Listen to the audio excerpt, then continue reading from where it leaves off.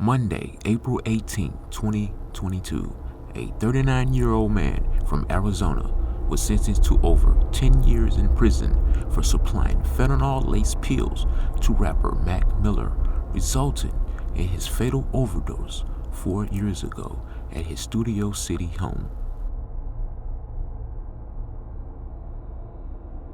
Ryan Rivas pleaded guilty last year to a federal count of distribution of fentanyl, according to the U.S. Attorney's Office.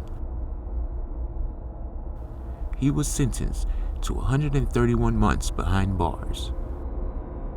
On September 7, 2018, the 26-year-old Mac Miller, whose real name is Malcolm James McCormick, was found dead in his home on the block of West Valley Crest Drive in Studio City. Miller died of an accidental overdose caused by a mix of fentanyl, cocaine, and alcohol, according to a toxicology report from the LA County Coroner's Office. Prosecutors alleged that Rivas, Stephen Walter, 48, of Westwood, and Cameron Pettit, 30, of West Hollywood, distributed narcotics to Miller 2 days before the performer overdosed. The indictment alleges that Pettit ordered the fentanyl-laced pills from Walter, and Rivas delivered the narcotics to Pettit, who sold the drugs to Miller. During sentencing, he told the judge he didn't know the pills were counterfeit and asked for 5 years behind bars. However, in his initial plea deal, he admitted he knew the pills contained either fentanyl or some other substance. A judge handed down the sentence after prosecutors read a letter from Miller's mom.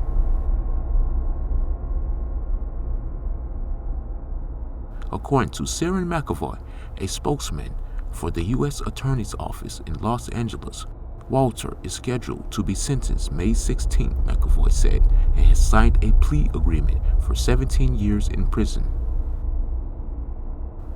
Miller's assistant found the rapper unresponsive in his Los Angeles home on September 7, 2018, and he was declared dead soon after. Miller was a Pittsburgh native. Miller died from mixed drug toxicity after consuming cocaine, fentanyl, and alcohol, according to a statement from the Los Angeles County Department of Medical Examiner Coroner. The rising rapper was 26 when he died, and he had been open about his struggles with addiction.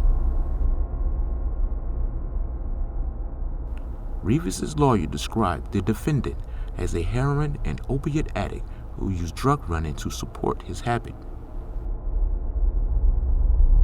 Rivas addressed the court with remorse for the pain he caused. Quote, "This is not just a regular drug case.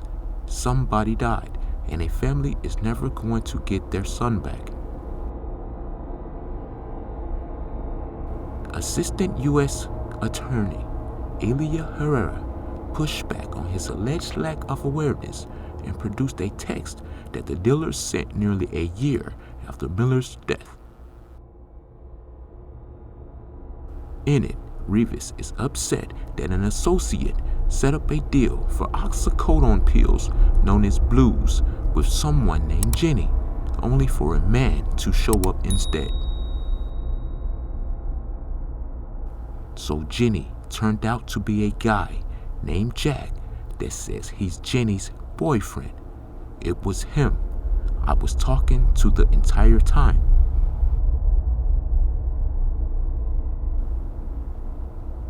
No heads up, that needs to be discussed beforehand, so I know I'm not talking to a cop.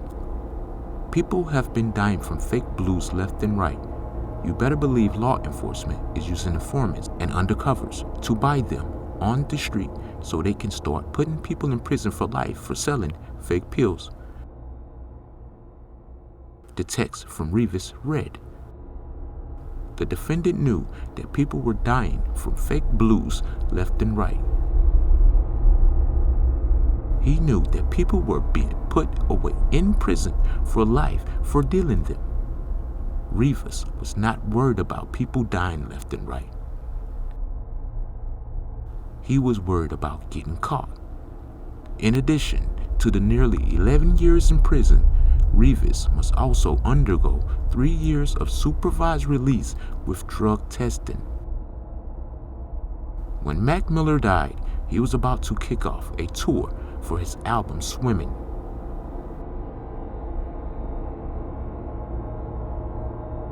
He was nominated for his first Grammy for the album in December 2018. Miller's final album, Circles, which he had been working on until his death, was released in 2020 to a widespread critical acclaim. The album was completed by the artist collaborators, including producer Jean Brion. Please hit the like and subscribe, as well as the notification bell. Stay tuned for more crime reports.